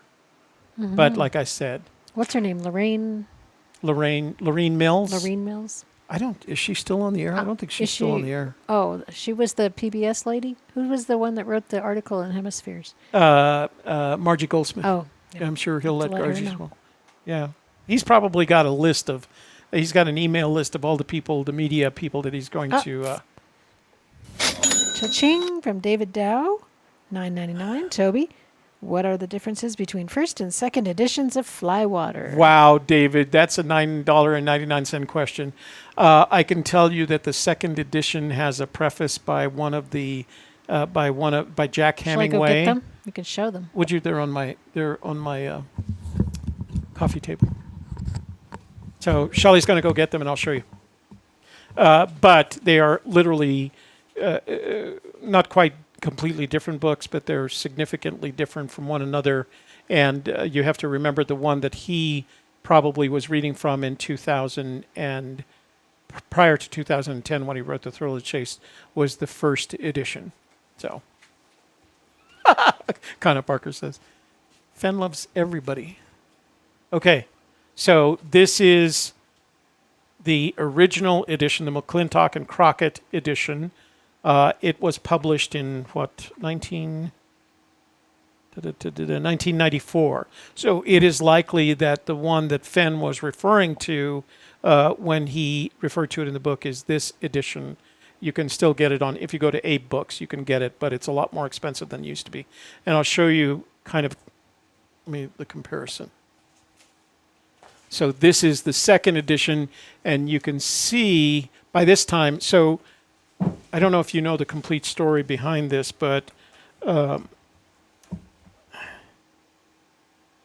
so Mike Crockett was diagnosed with cancer. I think he was a big city guy. He was diagnosed with cancer, and he decided to spend the rest of his life fishing.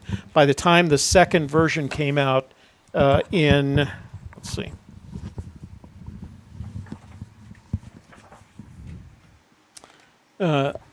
so by the time the second version came out in 2010, so this was written the same year that Thrill of the Chase was published, which means Fenn couldn't have been reading this one.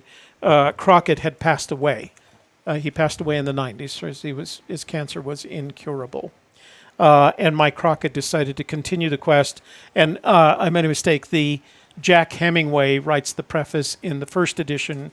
Tom Brokaw writes the preface in the second edition, and it has a lot more spots. They're still divided in the same way by the stream type. And as you can see, the second edition is much thick. Is about, I'm going to say almost twice as thick as the first It edition. disappeared. Huh? It disappeared in the green screen. Oh, it did? Which one? When you turned it, when it was turned a certain way. I don't know. There. See. It's Oh, kind of a there. weird. Yeah. So, yeah, they're both great books. I keep them on my coffee table.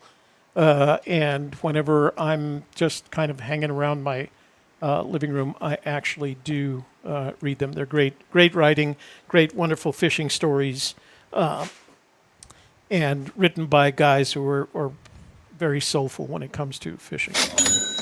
3D Bronze, $4.99. Toby, still have contact with Margie Goldsmith? I find it interesting. She quoted Mr. Fenn as saying the chest is 300 miles southwest of Toledo in hemispheres. Did he say south? Did she say south? I just thought he said west of Toledo. I don't remember the additional, because what was it? Kana Parker said northwest, and you say southwest. I don't remember the addition of either north or south. I just remember 300 West. miles west of Toledo.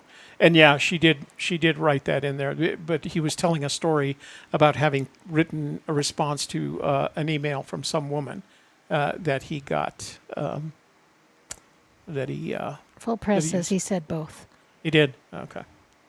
Well, trust me, that number is not going to, that phrase is not going to help you find the treasure.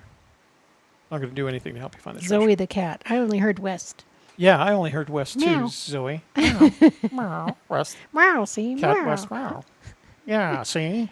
Yeah, you dirty rat. Come over here, see? It's Zoe the cat.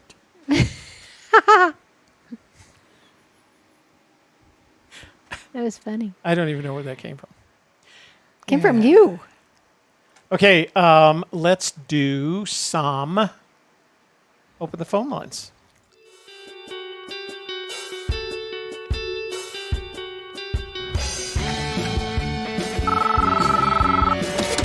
Hello.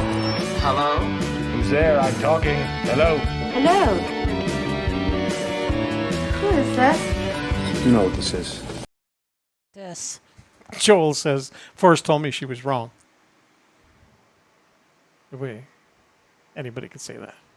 All right, open phone lines, 866-597-9901. Call us and give us your observations on this treasure hunt and what year, let's say. Start your call with your name, your location, and what year you think the treasure will eventually be found, in which the treasure will be. Or what year you think it is right now. It's a test. Yeah, you got to tell us what year it is. So, and See if it's a double Joel this time. Did he call at the same time as somebody else? Joel. Or Let's is it see. really I him? don't know. Let's see. Hey, Joel, is this you or someone else? Joel. Damn Turn it. the audio on? There? Yeah, you're there. Hello. Hey, Yes. What was that? I don't know. It's Joel being goofy. Joel. Joel's not being goofy. I just don't know how to work my phone. Oh, okay. So- All right. Well, we forgive you for that. That's not unusual Well- for men of our age He must group. be Rio de los Pinos. Rio de los Pinos. Hope and no offense, please, but did you just say men of our age group? Well, maybe okay. So maybe we're a generation apart. You're more like Jason's age group. He's got little kids. Yeah, he does. Yeah. Yeah. How old's Jason? You don't have to say that. No, Jason I is, think that's- let's see, 71. So let's see, 48. he's 48. He'll be 50 in 2 years. How's that? Wait, his birthday's next month. Well, it'll take me a while to catch up to him. Yeah, see, you may not even be in Jason's generation. You might be in my younger daughter's generation. How old is, let's see, so Ryan is Maybe you Ryan should is let 34. Joel talk now. Okay, sorry, go, Joe.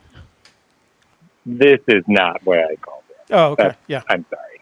I'm sorry. I apologize to the room that you've had to listen to this. I do want to address something that just came up in the room, though. Okay. About the question, because I happen to have information about Margie Goldsmith's quote about 300 miles southwest of Toledo. Okay. because I emailed Forrest specifically about that, and I asked him if that was what he had actually said or if she got it wrong. And he wrote back and he said, no, she got it wrong. That it wasn't southwest, it was west. West. So not that it matters that much, but No, I think that's correct. People in the northern. I think the quote, and it might be in Moby Dickens. I think the quote was 300 miles west of Toledo, and he was being funny in response to a woman. Yeah. Asked, he also that said it on the Today Show, didn't he? I think I've heard him say it about 6 different times. Yeah. Right. But it was when Maggie or Margie or whatever her name is, Margie, in the Hemisphere magazine that she quoted in. Yep. So when she quoted him in a different article, she said Southwest. Right. And so I kind of caught on that and said, well, it's different than all the other times. Yeah. And he did clarify it and say that she got that wrong. It does make me wonder how many other things reporters get wrong that he just let slide. A lot. I mean, because it's not like he's going to come out and say all the things that are wrong. Right. So it's always wise to take what other people say about the chase with a grain of salt. Well, I remember his comment from him probably within the last 3 or 4 years, where he referred to all the articles that had been written and how often the reporters would get it wrong, get whatever he had said wrong, and would either embellish on it or quote it inaccurately. So, I don't know. They must not understand the concept of recording the conversation. Well, and they, like all of us, right, probably hear what they wanted to hear, or they write what they wanted to write. Yeah, exactly. Maybe a lot of times. Yeah. I don't know. But you and I, who are familiar with the deposition, the recorded deposition process, we're more cautious. Yeah. So earlier in time, you were quoted as saying, another thing that came up was a question about the original name for Ojo Caliente. I have no idea. I asked that question because I don't know, and I've not yet found an answer. So I think maybe Tony was the one that asked that question. So if he's still in the room, I will answer that and say the Ojo Caliente of Yellowstone fame or the Ojo Caliente of New Mexico fame? There's one in New Mexico? Yeah, there's a very famous one in New Mexico. It's a hot springs resort there. There's Ojo Caliente. So, the one in Yellowstone. And Shelley, you said you looked in Wyoming, the treasure wasn't there. You've looked in New Mexico too, so it must not be there either. We haven't looked everywhere in New Mexico yet. I was laughing when you said that. I thought that was pretty funny. Yeah. Yeah, we're just trying to convince people to not look in New Mexico. Keep looking every place else. Yeah, why would you look there? Yeah, there's nothing in New Mexico.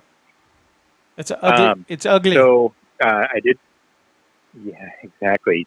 So did I miss? Did you guys talk about the scrapbooks that came out yesterday and today? Scrapbook? No. Okay. So let me say, we don't discuss scrapbooks. We don't. If you want to talk about them, you're welcome to. As a matter of fact, if you'd like to give your impressions of them, but we don't even read them. Oh, okay. So, why don't you give us the Joel Lewicki synopsis? Forrest Fenn came out with 2 new scrapbooks. And? Check them out. No.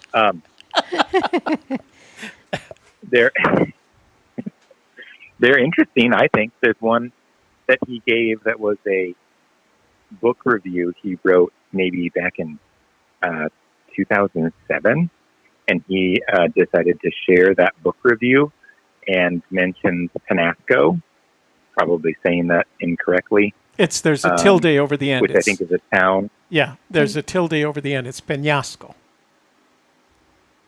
Oh, yeah. So I was saying it right then. Thank you. So, because when he wrote it in the blog, there wasn't tilde. So I assume he's talking about the same place, but mentions that as a place where this Eli, the author, lived, and goes into some detail and talks about his relationship with the author. And it was interesting. It's a good insight into a relationship that he had with someone during his art gallery days. And it's the guy was a painter, and so he has a lot of input into the art scene in Santa Fe while he was running his gallery. It's pretty interesting, and there's a lot of things in there probably that I think people will glom onto and say, oh, he's dropping hints here. Much the same with the one that came up today, which had to do with growing up with his family in West Yellowstone. Mm-hmm. So Northern Searchers will glom onto that. But I thought it was interesting that he came out with two very different times of his life and two different places back to back when we haven't had a scrapbook since June. Yeah. He has. So I thought that was funny mechanisms. And he's been pretty quiet. Yeah, and he released two. And I've asked Dale too about this, and he usually gets them posted within minutes of when Forrest sends them to him. It's not like he gets them and holds on to them and decides when they're going to get published. Forrest sends them to him, and he puts them up right away. So I have to imagine that Forrest has actually sent both of these within the last 2 days to Dale, which is surprising. Mm. Maybe he's getting reminiscent of his past as he approaches his birthday. I don't know. As his birthday comes up. So do you recall the name of the book that Fenn was reviewing in that scrapbook? No, but thankfully for all of us, it's written down on the internet. Right. At Dale's website, DaleMeisel.com. So, and you can click on a scrapbook 203.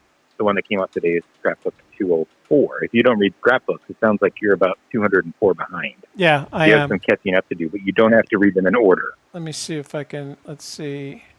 So, but the real challenge is if you can find stuff on Dale's site, that's a pretty good indication that you'll find the treasure because it's almost impossible. Oh, very. This comment brought to you by Joel Lewicki. Joel Lewicki. Yeah, that was Joel Lewicki on the other end of that line, Dale, not Toby Eunice.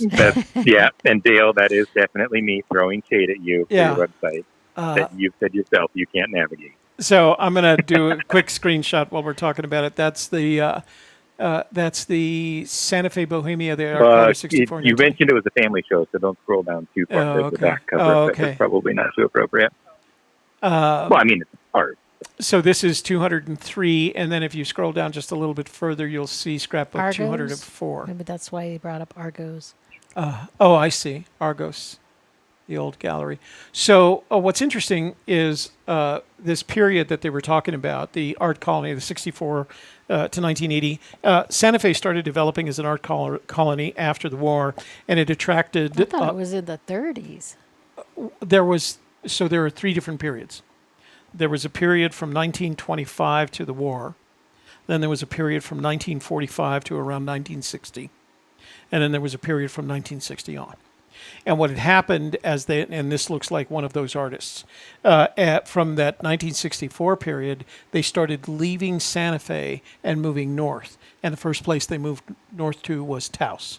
And then when Taos kind of filled up and got too crowded, that's where Fashion... Crowded? Well, they only have one street. I guess they would be crowded. It would be crowded with artists. Then they started moving even further north into Peñasco and Ojo Caliente and Tres Piedras and all of those other places up north. That's why you can still go up there. Well, and Ojo Caliente, I understand, because it's like got that vibe to it, and then of course Taos has the hum. Yeah, but if you drive on the road to Taos, as you're going through north of Espanola and Velarde, there's a bunch of galleries there. So yeah, it's very northern New Mexico if you're a fan of art. So I will take a look at this one only because don't want to go down that far, do we? Why, because is there naked people? Yeah, naked people. I see naked people. All right. So Joel, thank you for your call. Thank you for the additional information on the two scrapbooks. That's my synopsis. But those are pretty damn good synopses. I'm glad that you. When I come down there to see you guys, we'll play Chaseopoly together, and we'll play the Rio de los Pinos. Well, all right. while we're doing Chaseopoly and play Rio de los Pinos. Yeah. Oh, yeah. Because all I'll do is I'll keep saying, we should why isn't Rio de los Pinos on this Chaseopoly board? I can't drink again. Exactly. I just drank it all. Okay, that's it for Rio de los Pinos. We're both out of anything to drink tonight. So you did that for us. Well, have a great night, guys. Thank you for calling in, Joel. We Thanks. truly appreciate it. Thanks for the information on the 2 new scrapbooks. I'm sure everybody who reads scrapbooks will go look at them now. Yeah. Especially the naked pictures. Especially the fact that Now they're they're like, what? Naked What? pictures? Naked I'm pictures? going. a little porn on Dale's side, huh? Yeah, even Mitzi might show up for that. Mitzi, where's your booty? I should probably be cautious with that, huh? Let's see. We got an answered call there. I thought I saw a inbound call, but I guess I answered it. Okay. All right. Phone lines are open.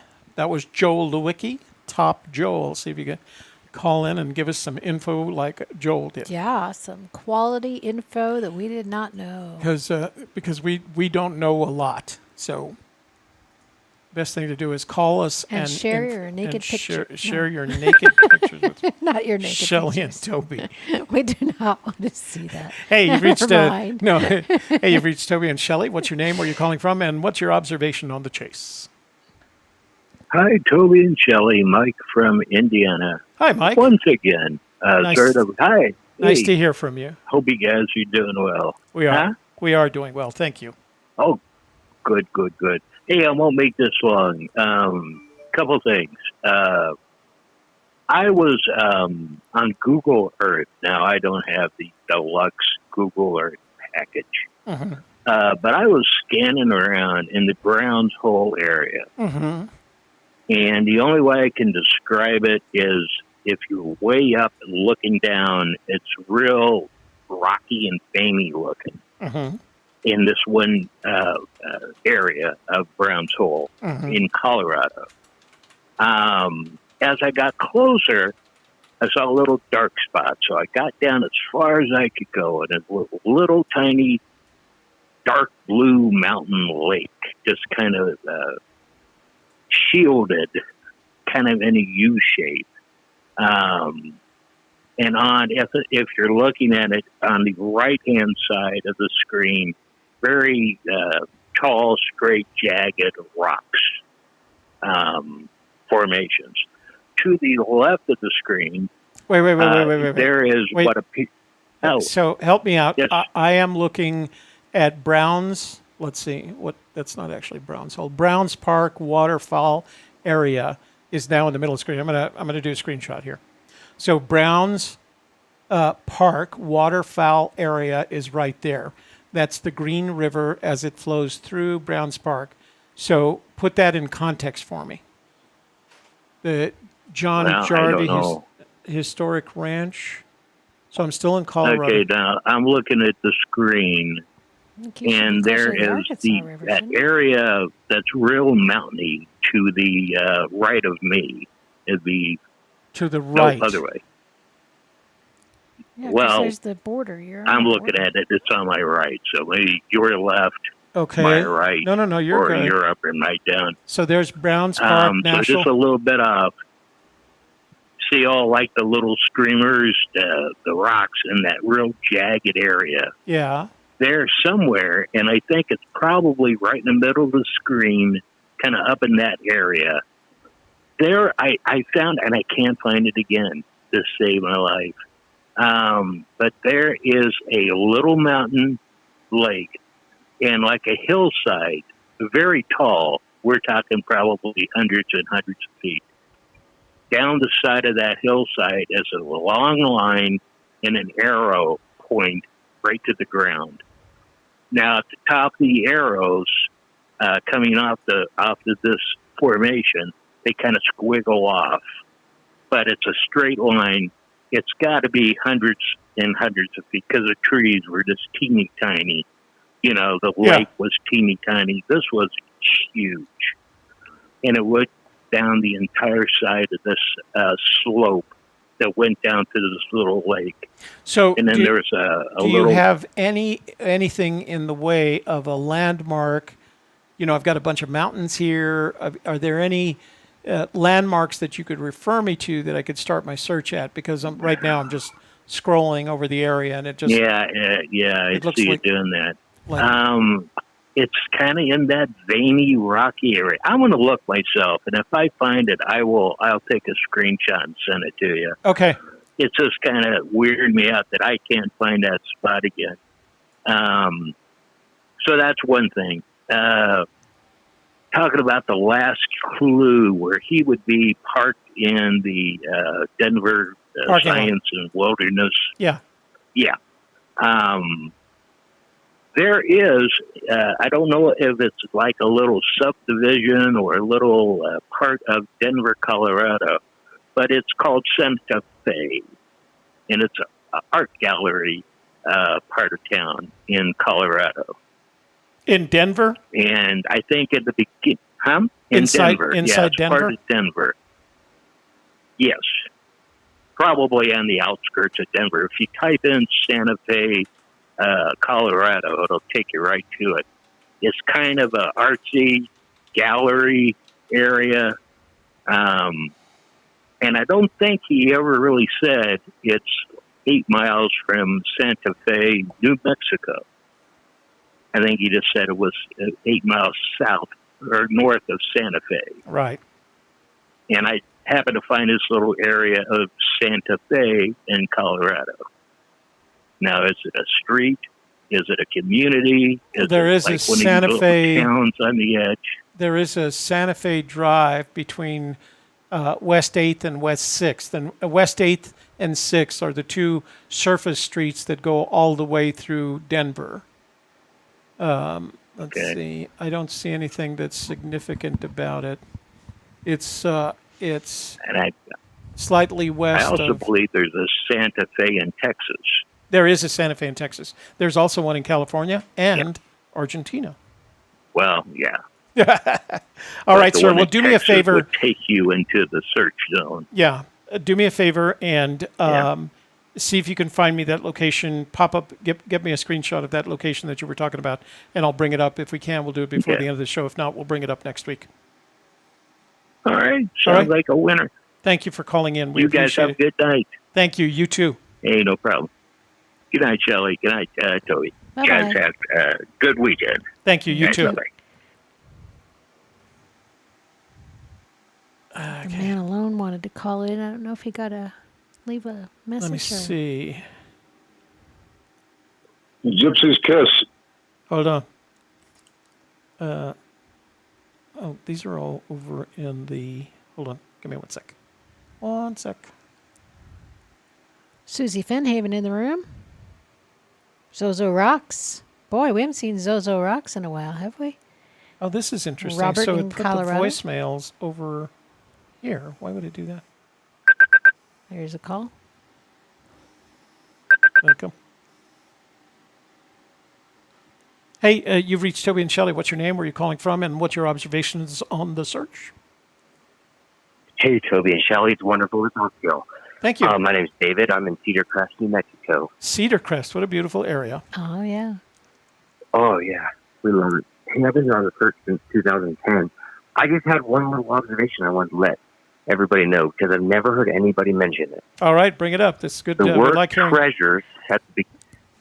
What's that? Go ahead. We're listening. Oh, the word treasures at the beginning of the poem, as I've gone along in there, and with my treasures bold, the word treasures has an S on the end of it, and that's grammatically incorrect unless he's talking about more than one treasure, which I thought could be the more than one treasures in the chest. But treasure is supposed to be plural, meaning a bunch of things all together that are valuable in one way or another. Uh-huh. So it should just be with my treasure bold. So the fact that it says treasures plural, I always thought meant that he's hinting at that there's more than one treasure. Such as, up by the Rio de los Pinos, there's a story of a lost gold mine, but it was one man, so it wasn't like a real gold mine. He just found a vault somewhere with a lot of gold. So I always thought Forrest Fenn found that and hid the treasure there, and then he's saying treasures because there's more than one treasure. A duplicate treasure. And that's why he gives you title to the gold. Interesting. No, that's an interesting thought. I knew that the S was there for a reason.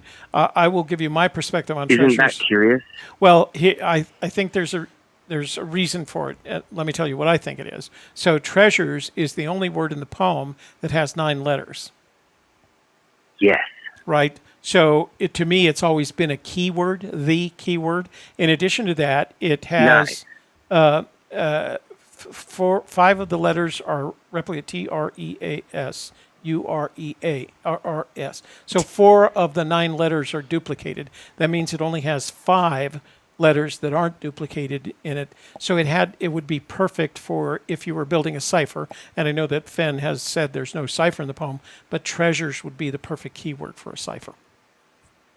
That's great you say that, Toby. We've worked on that, and we thought the same thing, that the fact that it was 9 letters, that maybe he just did the S to make it 9 letters. Mm-hmm. Maybe not. Maybe he did it to mean something about there's more than one treasure, because he says hints of riches, new and old. Mm-hmm. And so I thought that meant, that we're talking about more than just his treasure. So, hey, it's great to talk to y'all. Oh, we're glad that you call. Stick with that treasures thing. I think there's something there. We'll see you at Rio de los Pinos. We look forward to it. All right, bye. Bye-bye. Charles Garrett from Bon Secours, Alabama. AL? Alaska. Wait. What is AL? Alabama. Is it Alabama? Yeah, Alaska is AK. Okay. Hang on. So we got we do have Unless a smart it was line. a country. Is there a country AL? No. Yeah, Albania, but nobody does that. Albania. Okay, hold on. We got a Gypsy's Kiss. I'm watching your cast right now. Appreciate. I just appreciate this and everything y'all do. It's been a good trip the last few years. Oh, so somehow those are ending up in my regular voicemail. Huh? Weird. Hey, you've reached Toby and Shelley. What's your name? Where are you calling from? And what are your observations on this Forrest Fenn treasure hunt? Hey, this is Man Alone. Man Alone? Hey, what are you up to? Oh, just hanging out tonight, man. Yeah? Well, we're glad to see you here. So I've been kind of watching the show. Yeah? And I wanted to get your thought on a question. Okay. So here we go. This is going to be kind of deep because I'm kind of a deep guy, right? Yeah, I've seen your videos, brother. So go ahead. All right. Here's my question. If the blaze is a physically identifiable object or location, then why does Forrest tell everyone if they don't know where Warmwater's Halt is, they may as well stay home and play canasta? So my point is, why couldn't someone just go look for what they seem to think is a blaze? I think so. I want to make a deal with you. You want to make a deal tonight? Well, I don't know. Let me hear the proposition first. Okay, here's the proposition. I'll say whether I want to make the deal or not. I believe that's a question that needs an answer. And I don't have it. I believe. Right? Yeah, it's pretty deep, but if you stop no. think about it, there's a bit of a paradox in the way he says that, right? I agree with you. I think it's deeper than just that. So here's what I would like to do. On August 29th, it's a Friday evening, Shelley is going to be traveling.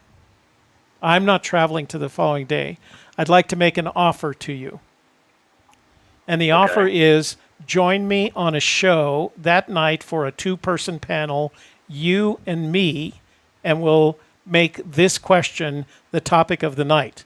And when you and I are finished beating it to death as far as we can, we'll have people call in and ask our thoughts on the matter.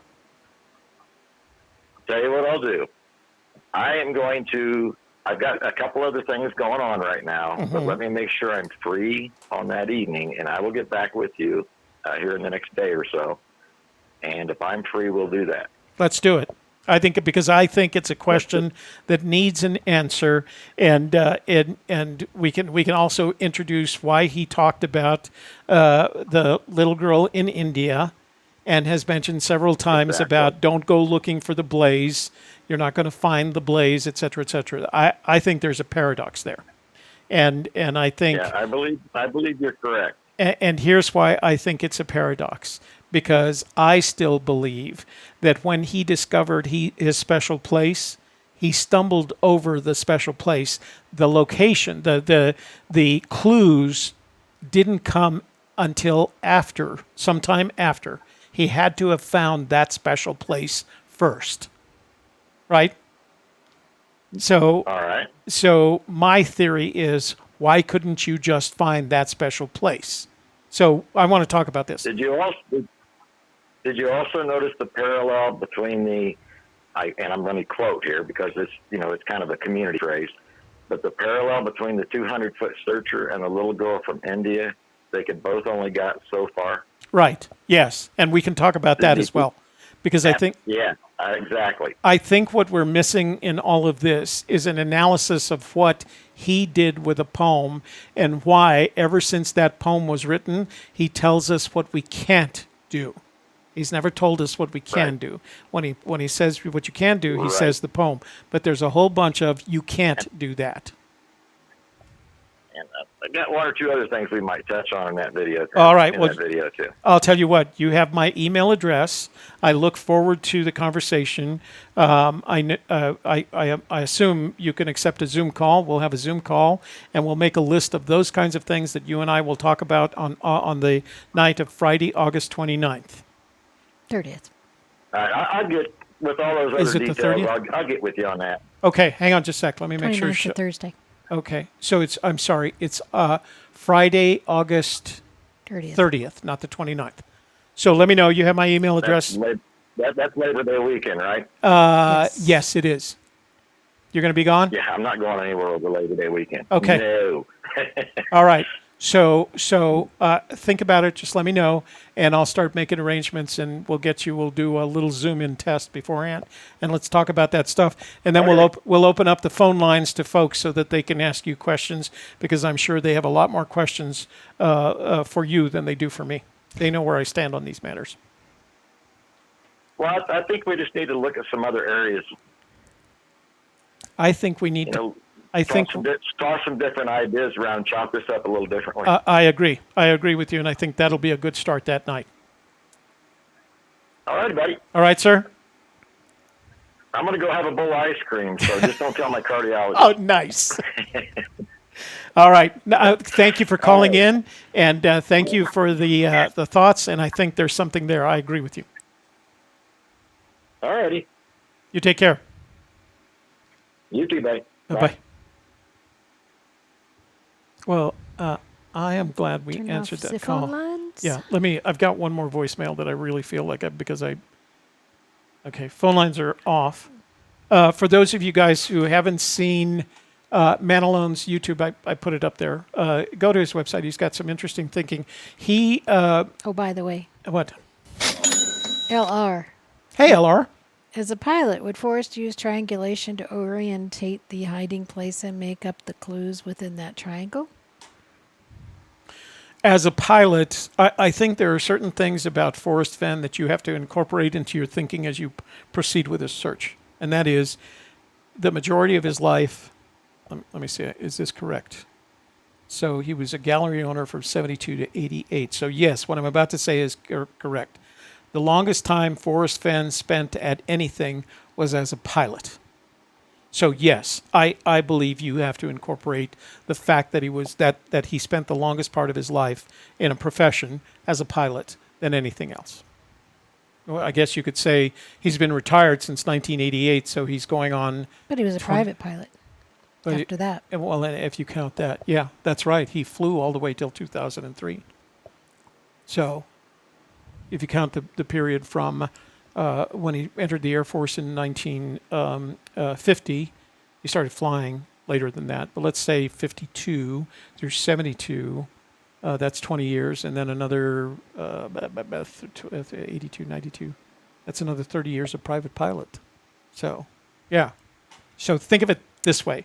Forrest Fenn was a pilot for 50 years.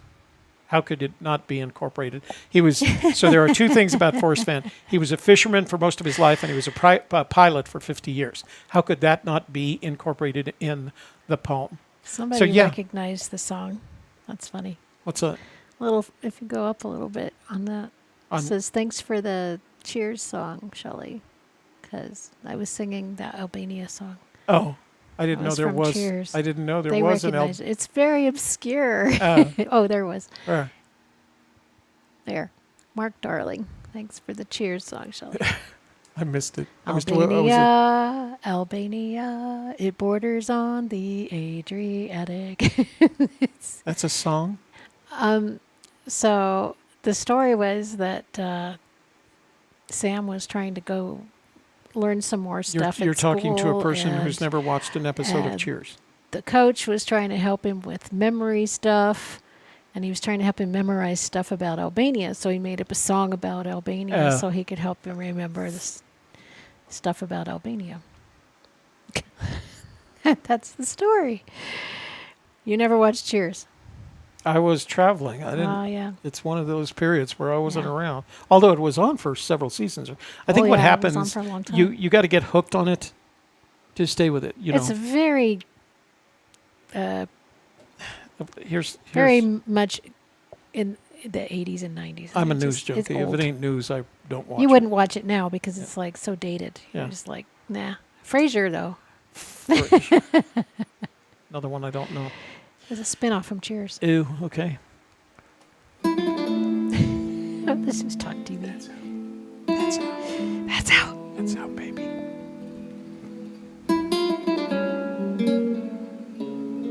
And okay, well, thanks for being here tonight, for all your great questions, comments, and super chat. We appreciate you, and I will see you again next week. I'm Shelley Carney. Bye. Okay, that's good. Hey, thanks for joining us tonight. We had a great time with our emails, your calls, your comments in the chat room. We really enjoyed it. And let's make some plans for this August 30th date so we can have Matt alone. And Mitch wants you to do something. I saw that. Mitch, I'll take care of it. We'll have Matt alone and we'll talk about all that cool stuff. All right? Join us that night. It'll be fun.